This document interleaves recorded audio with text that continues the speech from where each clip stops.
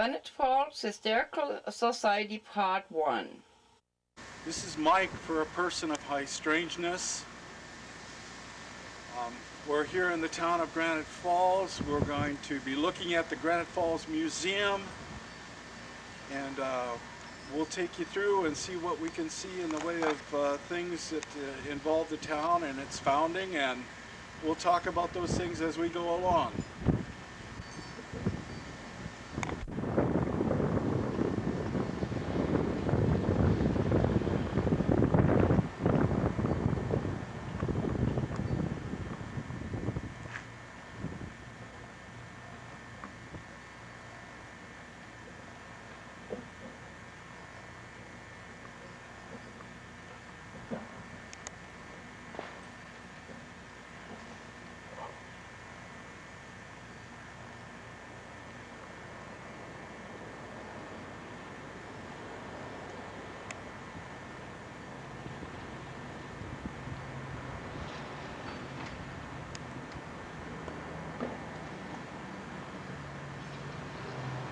This is Fred, and Fred's going to take us around the Granite Falls Museum and explain some of the things that we have here. Fred? Thanks. In February of 2005, the museum building consisted only of that small house you see, about 900 square feet. And everything we owned was either in there or in storage, in various people's garages, houses, backs of stores, etc. We decided in February of 2005 that we were going to build a new building. So we sent letters out to everyone we knew saying, if you gave us $100 or more to help build a new building, and we're not working on it next year, you get your money back. So it was not a long-term capital campaign. It was, we can either do this in a year or we can't do it. In October of 2007, which was essentially a little over 2 years later, we opened the doors to this building, and this is what it looked like. This is done purely on contributions. There are thousands of hours of volunteer labor, as you can imagine, and everything's paid for. It's ours. You know, when we decided to do it, we also had to make some decisions about what it was we were going to put on display. So we had a vote among our membership about what kind of things do you like to see us put on display. And we took a vote among all the members. We prioritized things. We laid out floor space. We designed the building ourselves, essentially, on a floor plan based on how much property we had to put the building on. We decided we'd have two wings. We'd have a high center section for obvious reasons when we get in there. And at that point, we went to an architect to get him to handle the structural details of how the building could be laid out, etc. We built all the displays ourselves. We've had no professional help in terms of how to build displays or print signs or put up signs. Well, the displays are well put together, Fred. I'm amazed. Can you start with the hardware since 1890? This is sort of a timeline. If you go through in this front room here, we put up a number of storefronts.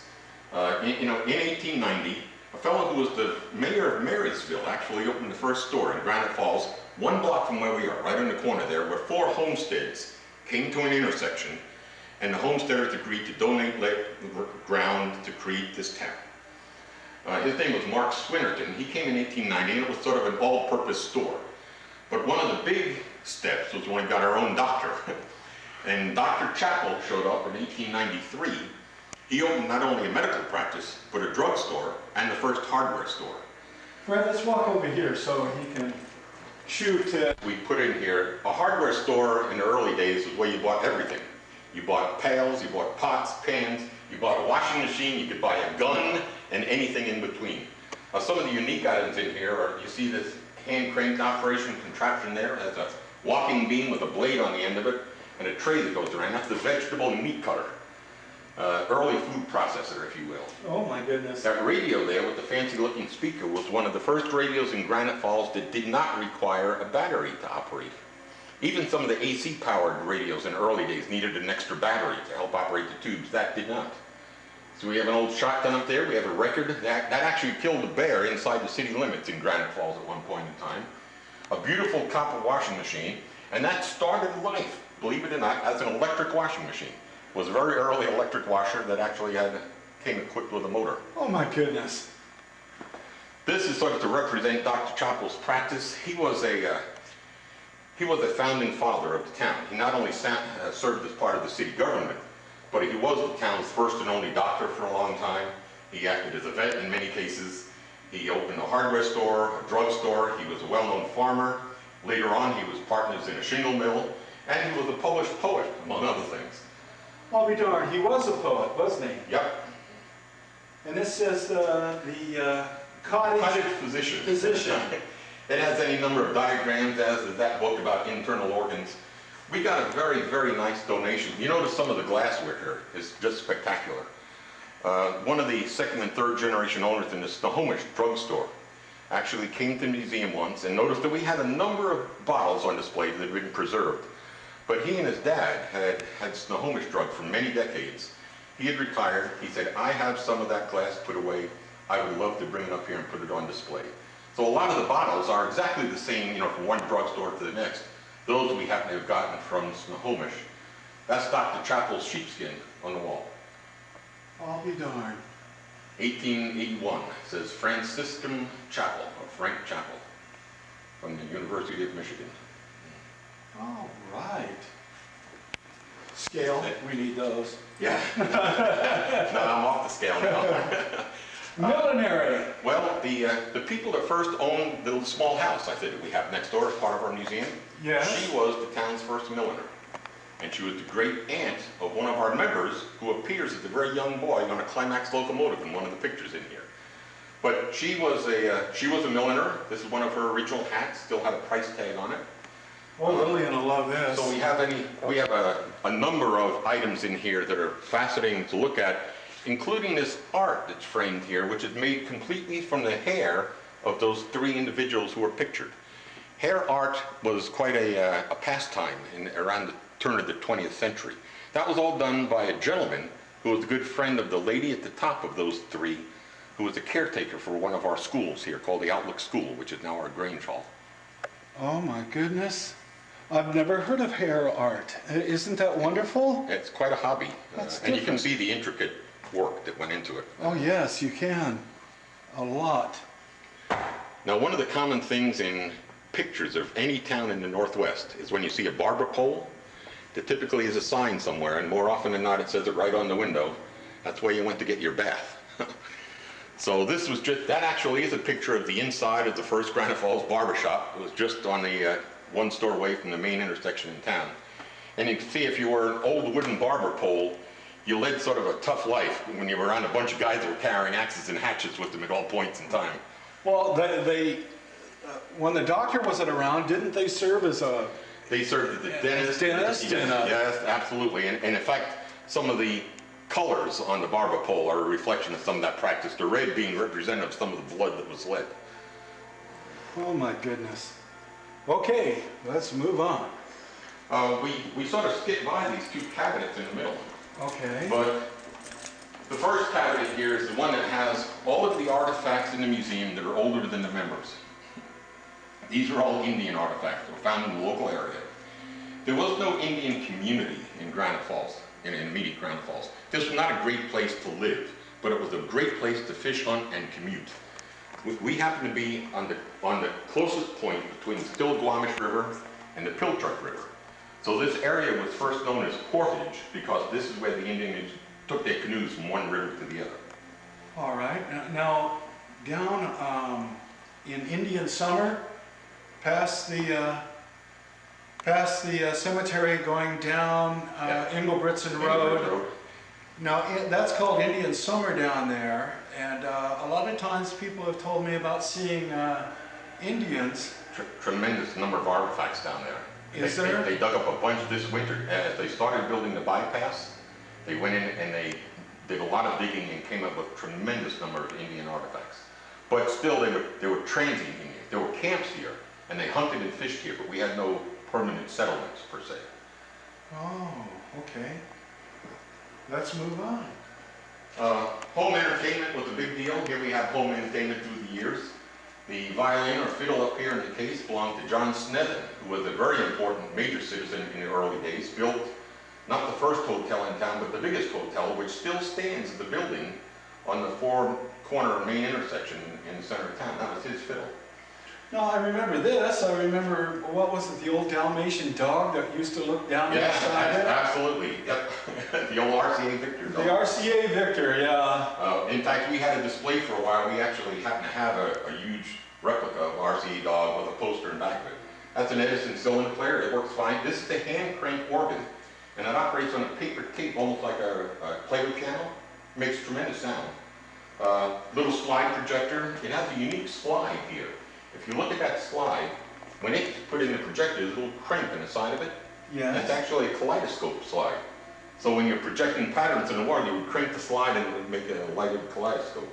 Isn't that interesting? And then any number of earlier radios. A lot of kids in today's generation have never seen a vacuum tube. They say, ooh, what are those strange things? Oh boy, I used to take ours apart. I used to have it apart and play with the tubes, and and my dad would say, what are you doing?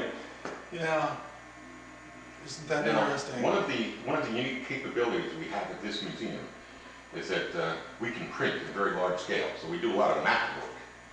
And we actually have the ability to overlay directly any map from 1890, 1910, 1920, 27, 34, 52, 75, put original homestead lines on top of them, and modern aerial photographs in any order you want. So we do quite often, people come in, they're very interested, they know where they live, and they say, who lived here before me?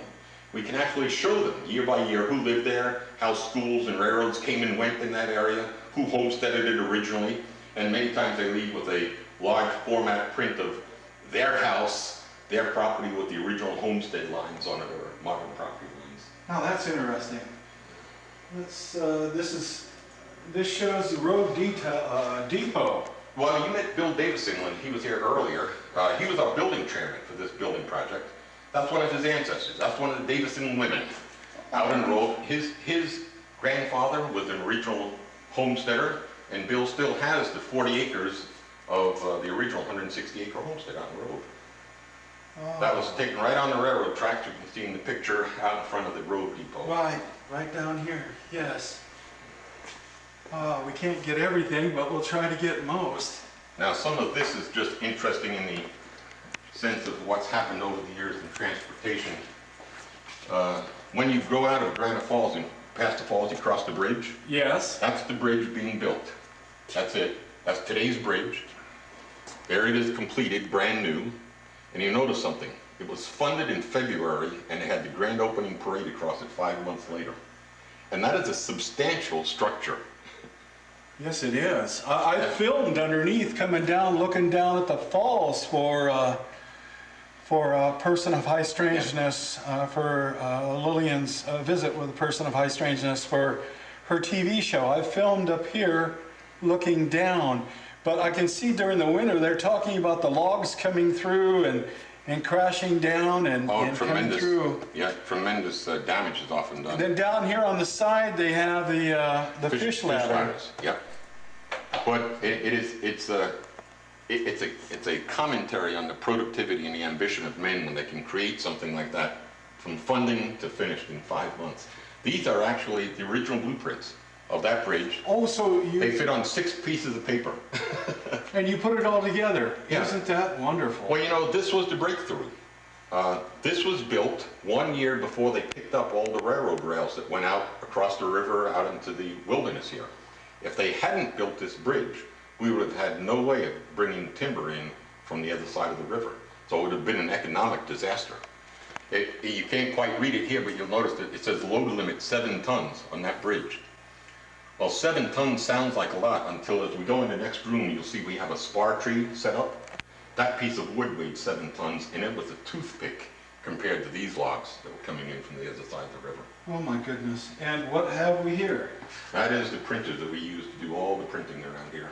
Okay. Notice that picture on the wall there? Right there. Color picture?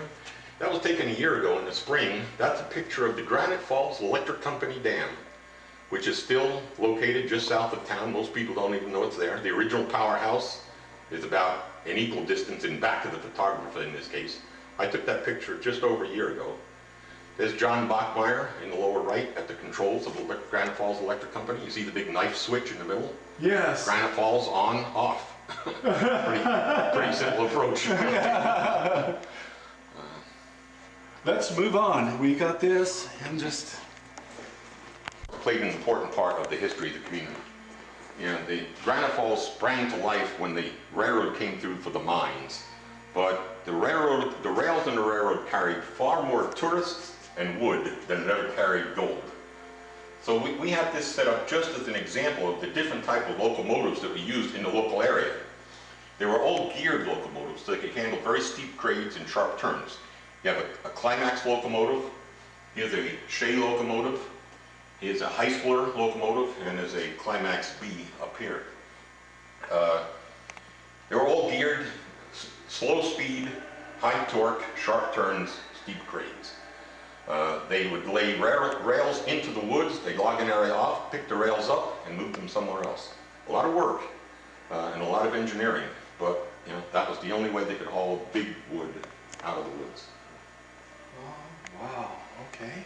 We are fortunate that a gentleman named C.R. Bachmeyer, who at one point was our postmaster, you'll see him in a number of pictures around here, he had a compulsion to take pictures, save them, and write on the back exactly when they were taken and who it was and where it was. So we have 300 or 400 pictures we really started our collection with that were already identified, which it makes all the difference in the world, because having the identities on those allowed us to identify a lot of pictures in places that we didn't know, other pictures we had that we didn't know when they were taken.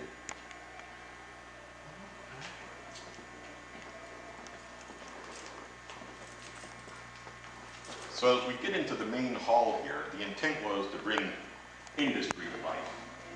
You know, this corner is dedicated to the life of the blacksmith. These are all Granite Falls blacksmith tools. About half of them have initials on them from Oscar Wickland, who operated the blacksmith shop here for decades. Handmade tools, purpose-built. A lot of them look similar, but they're all built for a very specific job. And the blacksmith took a lot of pride in the fact that they not only built great products, but they built great tools in order to finish a job. I imagine so. Look at this. It's so intricate. I can imagine what he had to do to get everything together. You know, you had to heat it up and pound it out. You had to be talented to make the tool before you could do the work. Exactly right. Isn't that interesting? Now, a lot of things in the early days were belt-driven. You know, you can see this was a belt-driven drill press. Here we have a hit-and-miss engine that we run for demonstrations at times, but on the other side of that pulley set is a pulley on the flywheel so that you can drive into the belts. Yes. Yes. Okay. And then in this corner we have our shingle cutting machine. There was a company in Everett, I'm sure you've heard of it, called Sumner Manufacturing. They were big names, Sumner. They were a family-owned business that set a reputation for quality and, I'm going to say, good citizenship. I don't know how else to explain it. But they built a tremendous amount of heavy equipment for the railroads, for the timber industry, for the logging industry. So you'll see a lot of pieces of big, heavy, rusty stuff that was built by Sumner. One of their most famous products was the gold medal shingle cutting machine. It was considered to be the Cadillac of shingle cutting machines. But the design, you noticed up the top, was Sumner, 1918. That's about the time the original design of the machine was completed. And they've never come up with a better design. We still operate machines of exactly this type at Miller Shingle Mill here in Granite Falls, which is the largest specialty mill, is what they call a shingle mill now, in the country. Oh boy. Now, Fred, this is, what do we call this? Well, these were tools. Here's one laying here. Oh yeah. One of the things you had to do from a practical standpoint is learn how to braid and unbraid cable, because you had to put things on the end and splice it together. Yes. And these tools were used to get between the strands in the cable and pry them apart. There was nothing subtle about what you had to do. Oh, I see. Okay. These are Simon spurs. Yeah. They were given to us by a retired teacher who brought them back to Granite Falls. They actually belonged to a well-known gentleman in Granite Falls who lost them on a wager to this fellow as a young man. He said, "You're not worth your salt, and I will prevent you from graduating from high school if you're not man enough to put my spurs on and climb a spar tree and touched the pass block at the top. And that young man put them on, climbed up, came back and kept the spurs. What a story. And he kept them until he retired, and he brought them back to Granite Falls to give to us. Oh, that's wonderful. So this is a logger's memorial. Yes. We had a lot of folks that lost their lives, or friends that lost their lives, and we encouraged people to come by and put an entry in our book to people that went through a tremendous amount of work to civilize this part of the country, and in the course of events lost their lives. This is actually we consider this to be the top 25 feet of a spar tree. And a spar tree was used for what they call high lead logging.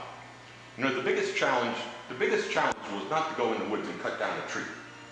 It was to cut down a couple of trees, and then a couple of more, and then a couple of more, and then you had all the stumps in your way. So you couldn't drag the logs out between the old stumps. They went to this type of logging so that they could take a donkey engine, and we call it a steam donkey. They would put these blocks as high as possible on the best fir in the area. This could be 150, 175 feet high. They'd run a cable up and out to the log that they're going to drag in. And because the lead was so high up, it would pick the front end of the log off the ground and allow it to skip over all the stumps that were in the way.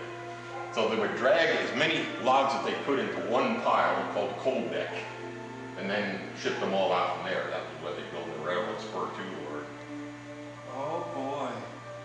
Now you know there was a noticeable change in technology over the years. When they first did this, they had a small donkey engine, and they had cable, and they had a nut who went up there and ultimately got all these things fastened to the tree, and it would drag a log in. But in all the early pictures, you would see a team of horses standing around. And what do you want the horses for if you got the donkey engine to pull the log in? Somebody had to pull the cable back out. Oh, yes. So then they went to another rig where they put a second pulley up there, a haul rack. And they simply ran a lighter cable all the way out past to where they were dragging logs from, back to the end of the main cable. So they would use the main cable to haul the log in, and then they'd turn the other drum with the engine and pull the cable back out. So they had both, they could pull the end of the main cable both in and out. And then over here we have like a teletype. Well, I'll show you one thing here before we look at that. This is a picture of this machine in operation. Now, on the video here, Yes. this shows the operation of this shingle cutting machine. Now, the way it works, when a log comes into a shingle mill, when it would come in those days, it had a big cut-off blade like this on an arm, and it would simply come down and cut the log into fixed length, like the 24-inch length. So you knew that it was square on the ends. Yes. And that big disc would flop on its side. They'd have somebody with a pneumatic-powered splitter that would split it like firewood. And we'd end up with shingle bolts that look something like this, where they're nice and square on each end, but the edges are kind of rough, however it decides to split. Yes. Well, the sawyer's job, this machine simply has an eccentric on the big pulley back there that causes this carriage to go back and forth, back and forth, back and forth at constant speed. His job is to occasionally stop it. He's got a clutch. He steps on this to open these jaws, and he puts a new shingle bolt in. He releases it, and it starts going back and forth again. Well, each time it goes back and forth, there are teeth on a roller here and up here. And as it hits on one of these two inclined planes here, it hits this, and that rolls the bottom roller. The next time it hits on the top, it rolls the top roller. So that shingle bolt comes walking this way a little bit each time, and passes by that big 4-foot blade with no guard on it right there. Oh my goodness. And that's what gives the shingle a taper. So at that point, you know you have a tapered shingle with square ends, but sides that are, you know, not so hot. His job is to take his left hand, pick the shingles coming off the blade here up, put them on this table against this square, Yeah. trim that edge straight, flip it over, and then trim the edge straight. Look at the grain in the shingle and sort it by grade to go down one of 3 or 4 different chutes that he would throw them down to a packer who would be down packing shingles downstairs. So this shows it in motion. We actually have a section here that plays in slow motion, because unless you see it in slow motion, you can't believe some of the things that are going on that you'd otherwise miss. So this is, here's an 80-plus-year-old machine working.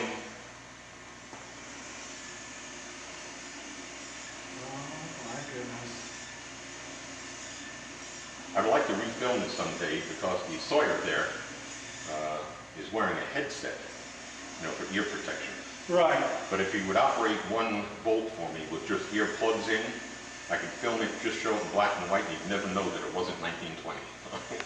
That's right. If you look at him, he's got sort of longish hair and a handlebar mustache and a plaid shirt with suspenders. He looks like a classic Sawyer. Oh yeah, he does. He's picking the pieces off with his left hand without looking at that blade, and taking, flipping them, trimming the edges. Many times he'll take two at a time. And at some point, it gets to the point where it's just cutting garbage off the shingle bolt. He notices that. He'll disengage the motion with his foot clutch, throw that stuff down a hole in the floor in the back, put in the new shingle bolt, and he's off and running again. Things that get hung up in the blade, no big deal, we just pull them out with a hand. Understand that's a saw blade there and a saw blade here, and he's standing at the intersection of the two with his hands. Yeah, I used to be a Sawyer. I know what this is like. Well, we have a slow motion section after this one, because obviously occasionally they get a bigger bolt, and depending on how he puts it in there, he'll start sawing some really wide shingles. And out on the job, a really wide shingle is a pain in the neck. They're hard to fit, they'll warp, and there's lots of reasons. Plus, if they're too wide, they won't even fit in a standard pack. So these guys will do what they call cut fits. And here it is, he put in a pretty big shingle bolt. And watch his right elbow. Notice this, the next bolt in line has been pushed down kind of far. It's a roller track. And there's a guy back there feeding them. And you watch his right elbow, comes very close to hitting one. He didn't quite touch it there, I don't think. But I think this next time, see him touch it? He felt it. But he can't afford to move, so he finishes the shingle he's working on, turns around, pushes that back up the track, and gives the guy a look like, don't do that again. And now he's sort of falling behind the machine. Now this is the 3-to-1 slow motion, slow down. And you see the shingles are getting kind of wide because he's getting into the center of that really big bolt that he put in. So he starts taking two at a time, clips the edges, reaches across the open blade, made two good shingles there while he flips the other two to cut the other edges and picks two more up with his other hand. And he continued at this pace, never stopped the machine, caught up with the machine, and finished out the shingle bolt.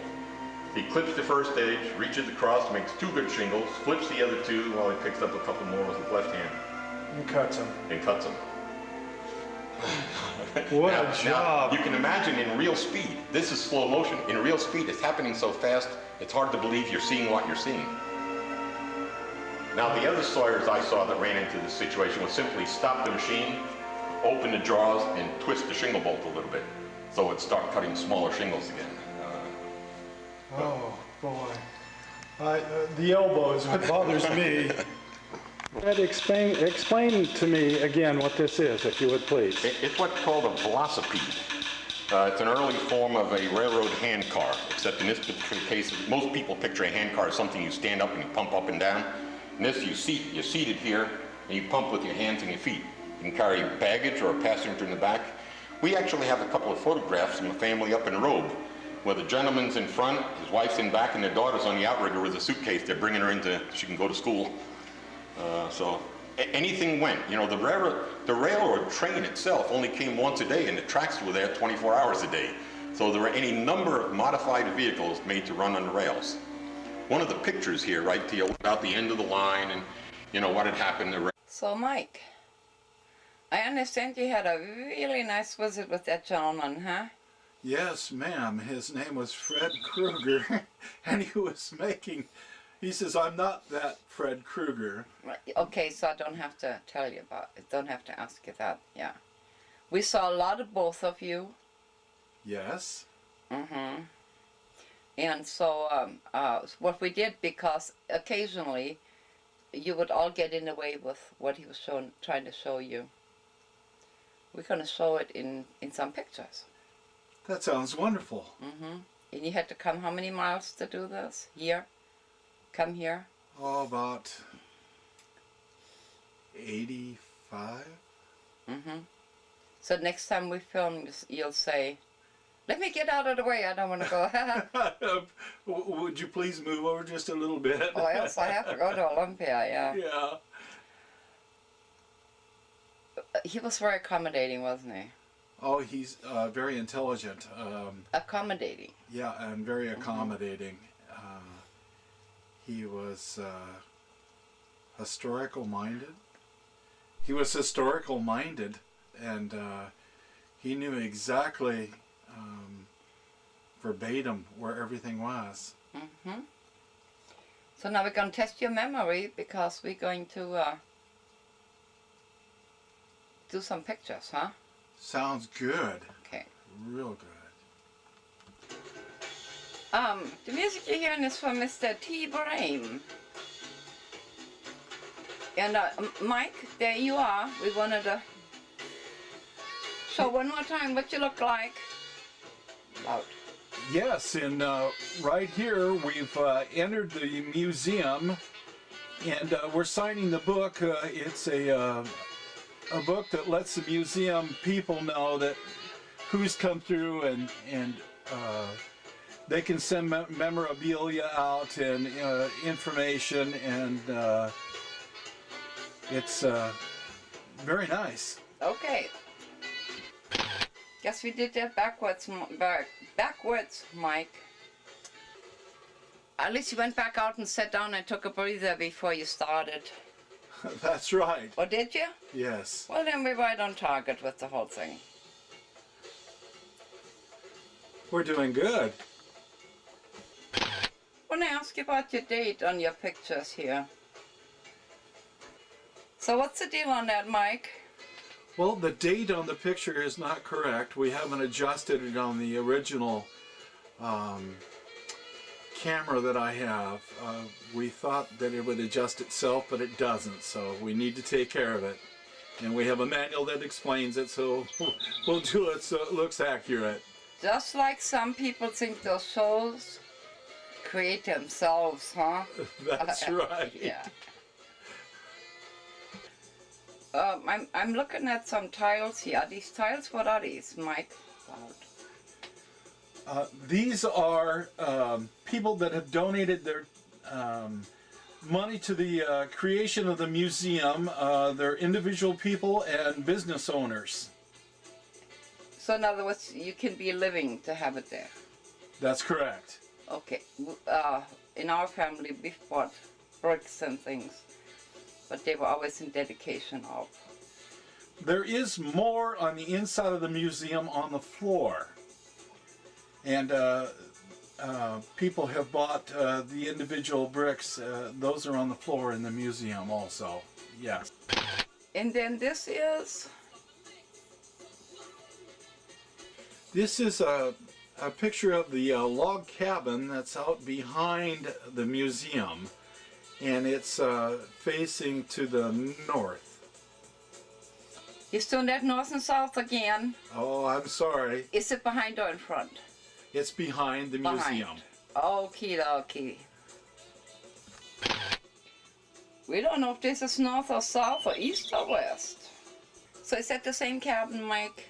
Yes, it is. It's the same cabin, and they're doing some refurbishing with rock they've got out there, but they're going to do some work around to make the site look a little bit better. Would you happen to know where it came from?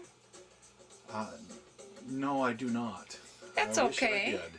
Let's just say it's an old cabinet. An old log cabin. Log cabin. Okay, thanks. You're welcome.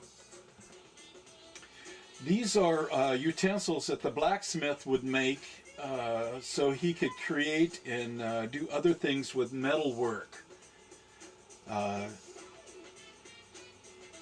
That took a lot of time and effort.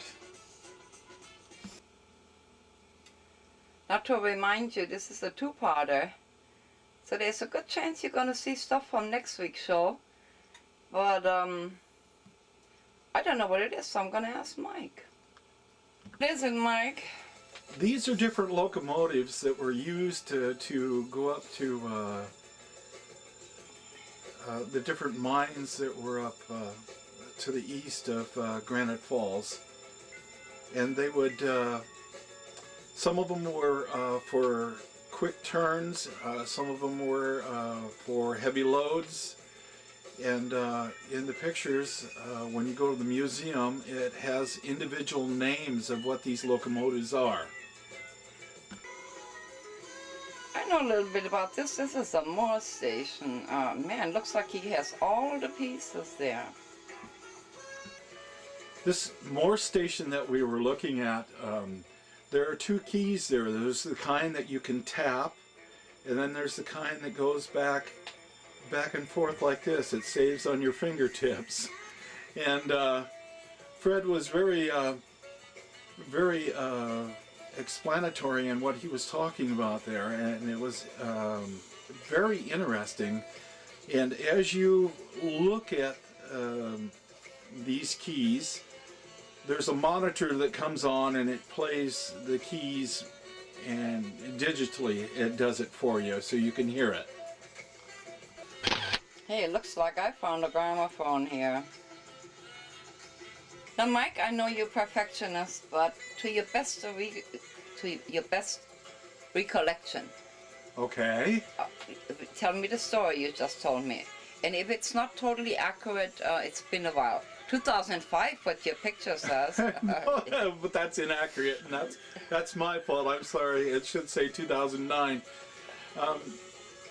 The megaphone back in the corner of the picture on the left-hand side, it's like the one for the RCA dog when he looks down into it.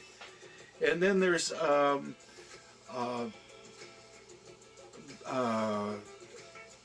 equipment that was there, radio equipment that was you could use a battery on and things like that, and it was different and very informative for the people that were there. And that bird you're hearing is my earthquake alerts.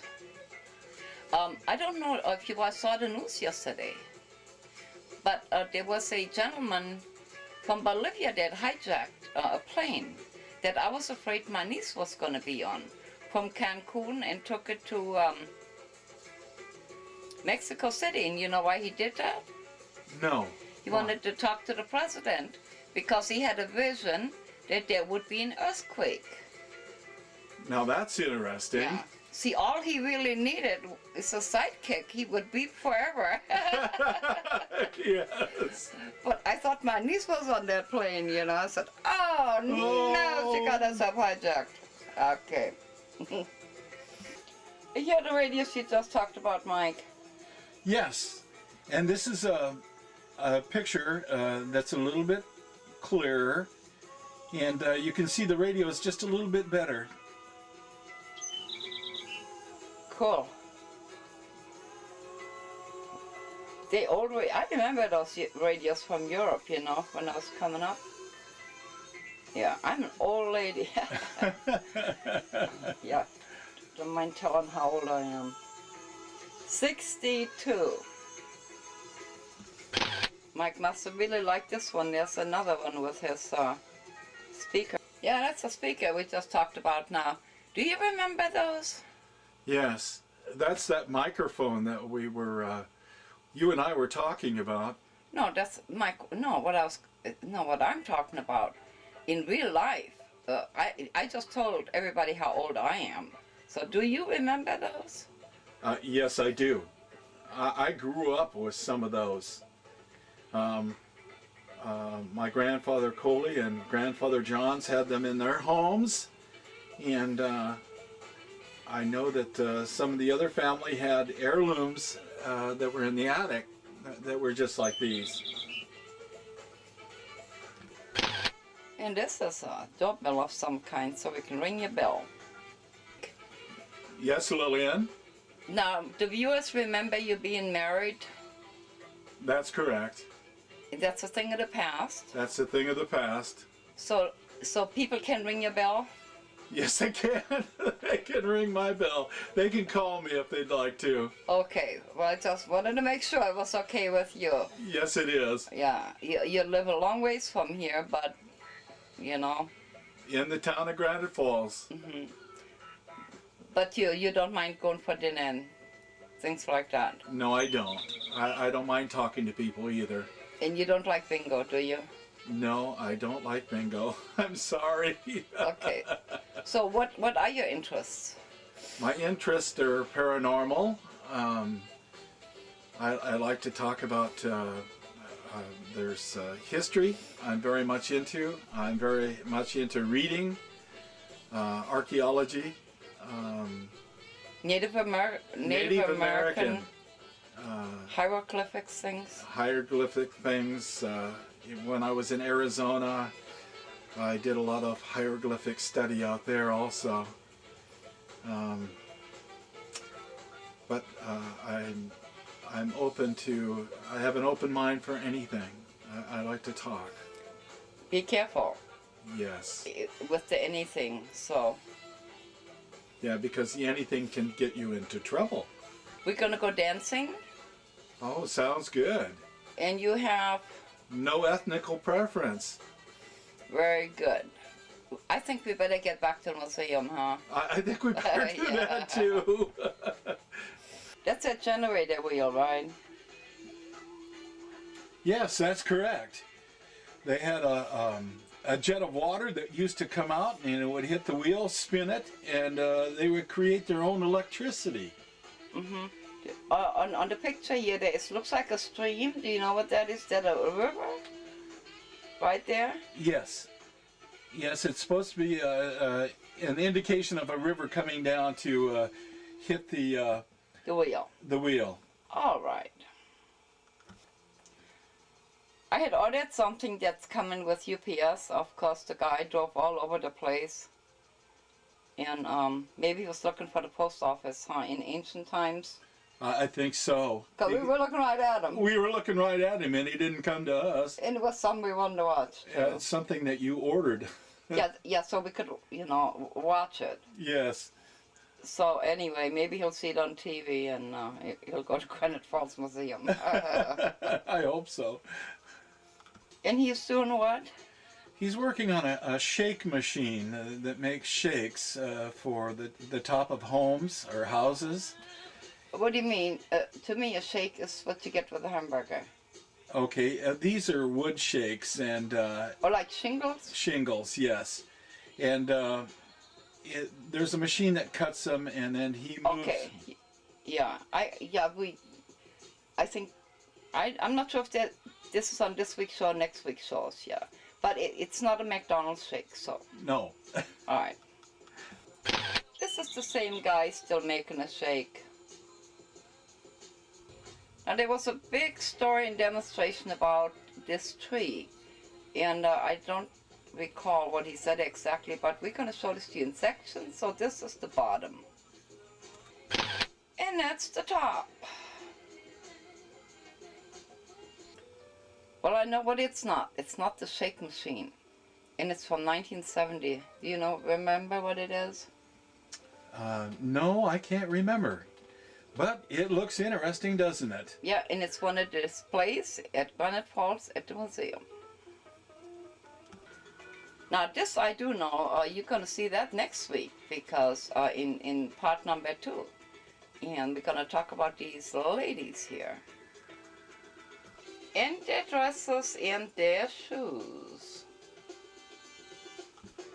I know the story behind this. They had these ladies, they were called the Ground Observer Corps. And they were looking for airplanes from Russia, no? In case of an attack or something. Anyway, it's real interesting. It's in next week's show. These were the uniforms to protect the ladies. World War I. Mike? Yes. No, it's World War II. World War II. Yes.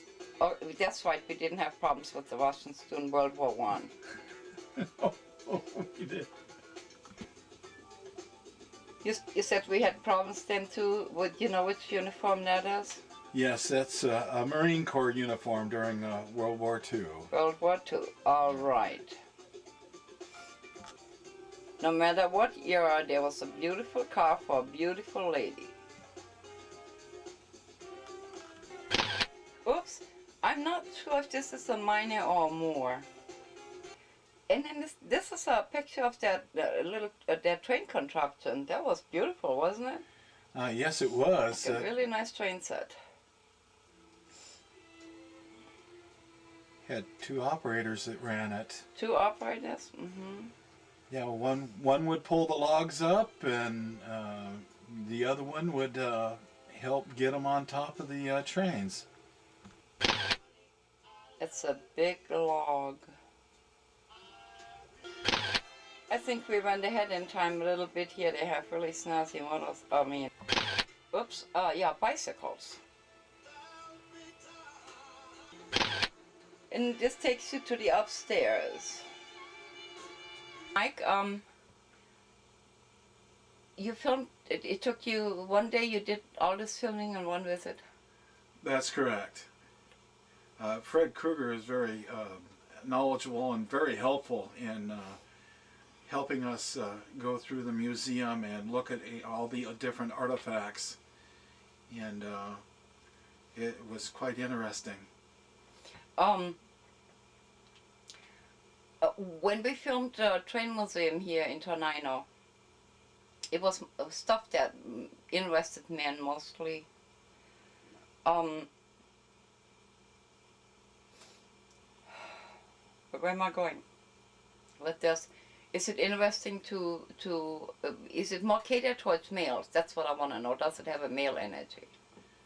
I would say no, because there's both male and female energy in it. There's a lot of clothing that's in there. There's uniforms that belong to different branches of the service that were specifically to the women. And we'll see that next week. We'll see that next week. Yeah. Yes. Yeah. So was it an expensive outing? No. No. No. Yeah. I understand when you asked him, could you film it, he came right away? He came right away. He was right there within a half hour. He's very knowledgeable. He is a computer expert for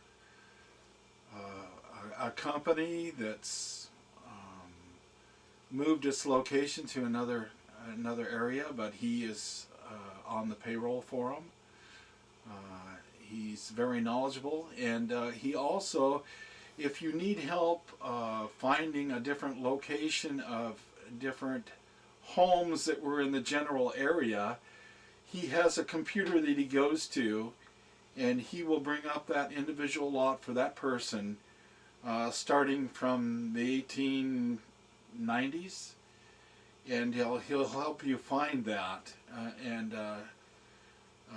The museum has places where you can hold a meeting. You just need to contact them to let them know that you need to do that. We'll see that next week too? Yes. And we want to thank your cameraman. Oh, Matt Johns. Thank you, Matt for the Johns, time. Yeah. So, he'd be excited when he sees the finished product, I hope. I know he will. Yeah. Let's see. So next week we're going to do part 2. Part 2 next week. And the reason it's part 2 because you always shot your footage, so That's we couldn't do it in 1 hour. We couldn't do it in 1 hour, so we had to make it into 2. Yeah, but that's okay too. See, if we hadn't always shot it, you wouldn't have came. That's correct. That's correct. Okay, so in easy access, easy parking, easy everything. Easy access, easy parking to the museum, and they just need a call ahead of time to have someone there to help you walk through, and they specifically take the time to explain everything. Did he tell you how much the entrance fee was? No, he did not. Ah, the entrance fee. Oh, there was no fee. No fee. No fee. I'm so it's sorry. donation only. It's donation only. And let's see, I got a card here somewhere. I'll give you an address. Hang on just a minute, please. And here you are, Granite Falls Historical Museum. Granite Falls, 109 East Union Street. And I'm sure they have a website, except I can't read it. Yeah, www, and then I can't see it. That's a no-brainer. www.gfhistory.org for granitefallshistory.org. So it's a place to go year-round, you say? Yes, it is. Is it children-friendly, you know? It's children-friendly. They have different items. They have different items that are there that would be nice if parents were with you and always watching. Yes. Mostly everything is encased in glass. So no fingerprints. No fingerprints, you want to watch please. your children. Yes. Well, okay. Hey, I'm sort of looking forward to going to next week then, huh? That's exciting. Can you hang around? I'll try. I'll try. Yeah, they're going to raise the gas another 10 cents by the time you leave here. Yeah, we gotta be careful. Gotta be careful. Well, okay then. We'll go to number 2 next week, no? Sounds good. Thanks. You're welcome. Somewhere.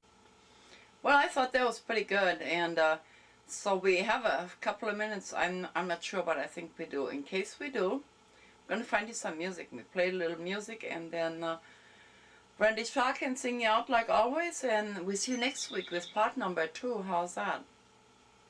See you next week.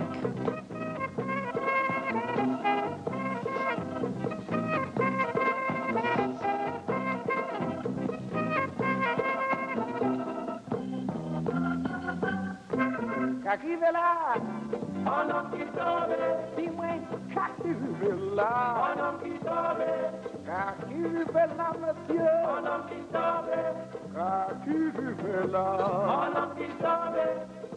Saki café mouni, ces gens-là qui est habillé, cravate des vestes, on sert côté souliers, vous faites pas douter, oui vous glacez grenez, adam bratam bam, anam kitabe.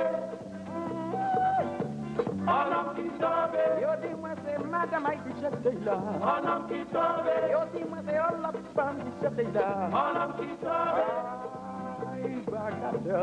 Anam kitabe, oh la la. C'est des noms là. It's actually Haitian.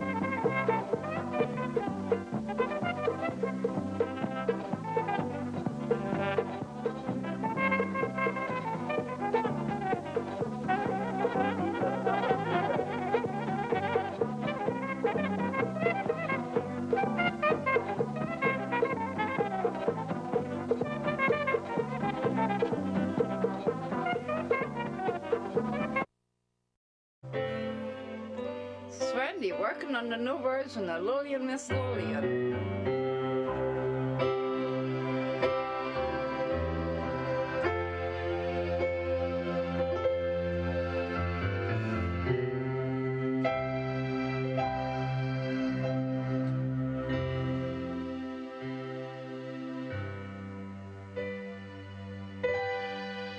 Cool, huh?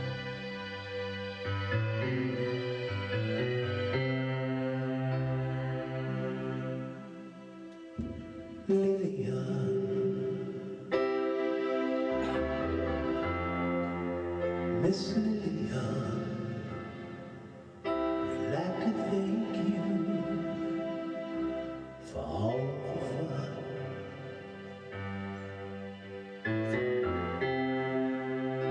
Took us there, and you took us there, and it is just because you really care. Where our journey goes, oh, it begins. It's part of why our planet will extend. And if we do our part and use our heart, fulfill our mission we've had from the start.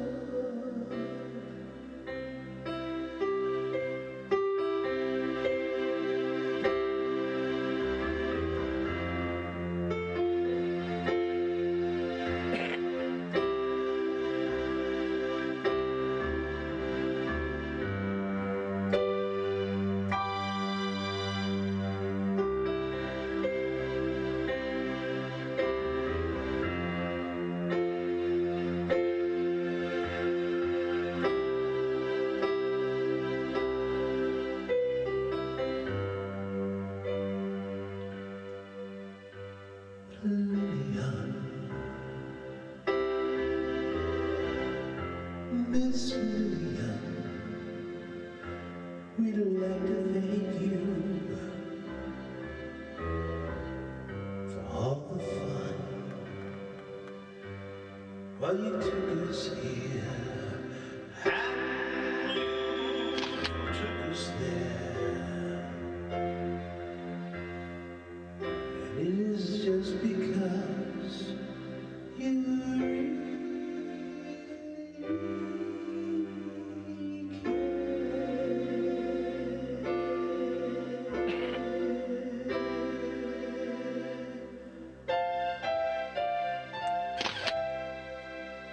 You really care. You